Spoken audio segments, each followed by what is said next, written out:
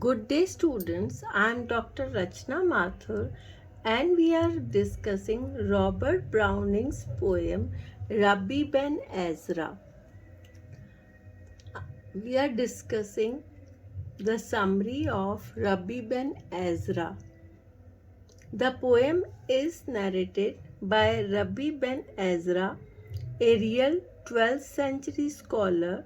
The piece does not have a clearly identified audience or dramatic situation.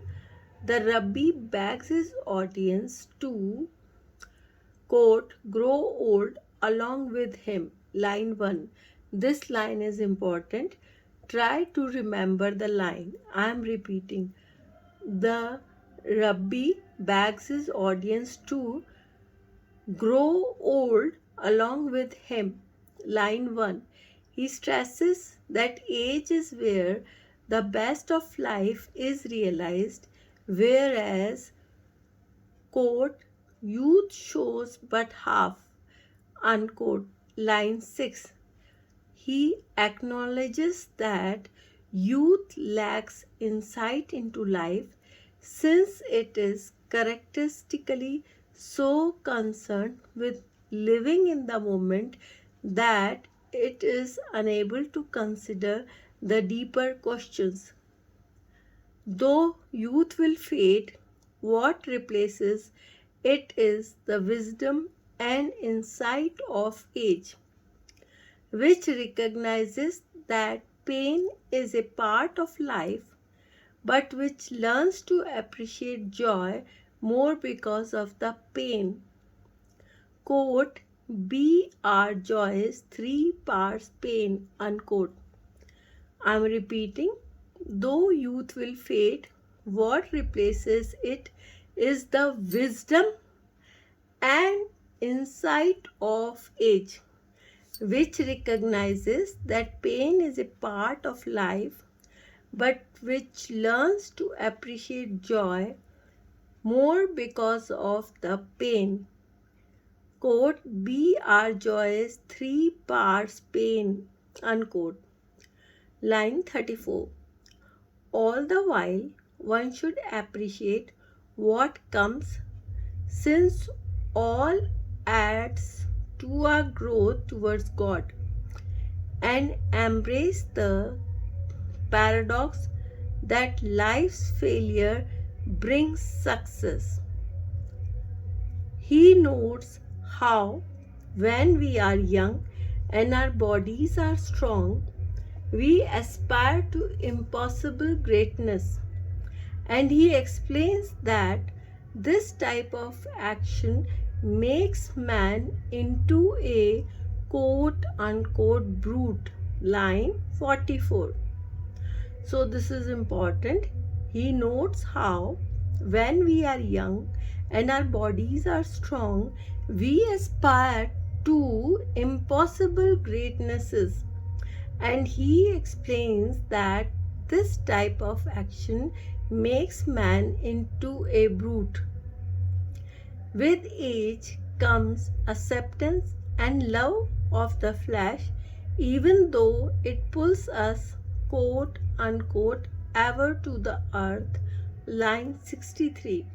While some yearn to reach a higher plane, a wise older man realizes that all things are gifts from God and the flesh's limitations are to be appreciated even as we recognize them as limitations. So, a wise older man realizes that all things are gifts from God and the flesh's limitations are to be appreciated even as we recognize them as limitations. His reason for begging patience is that our life on earth is but one step of our soul's experience, and so our journey will continue, whereas youth is inclined to rage. Line 100. So his reason for begging patience is that Our life on earth is but one step of our soul's experience. So, our life is one step of our soul's experience, and so our journey will continue. So, our journey will continue for the experiences of the soul. Whereas youth is inclined to quote unquote rage, line 100. Age is inclined to await death patiently. Both are acceptable and wonderful, and each complements the other.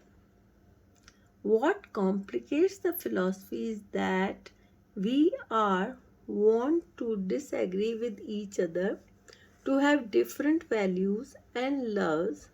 However, the rubby bags that we not give too much credence to the earthly concerns that engender argument and dissension, and trust instead that we are given by God and hence are fit for this struggle.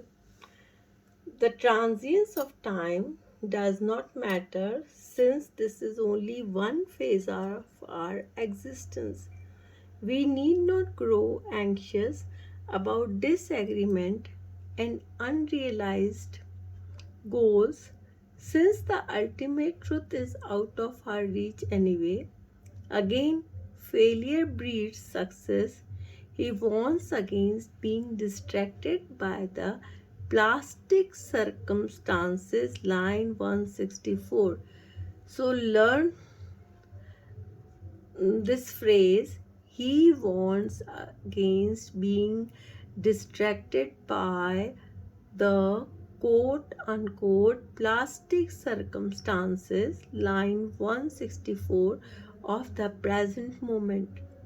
He ends by stressing that all is part of a unified whole, even if we cannot glimpse the whole.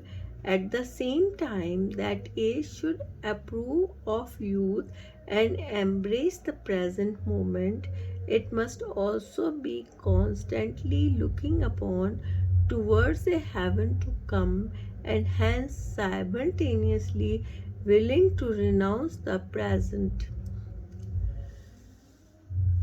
This is important. He ends by stressing that all is part of a unified whole, even if we cannot glimpse the whole. So, we cannot glimpse the whole, still, everything is part of a unified whole. At the same time, that age should approve of youth and embrace the present moment. It must also be constantly looking towards a heaven to come, and hence simultaneously willing to renounce the present.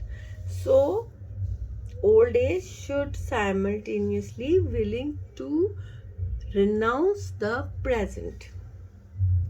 So, students, try to write the summary in your own words. Thank you.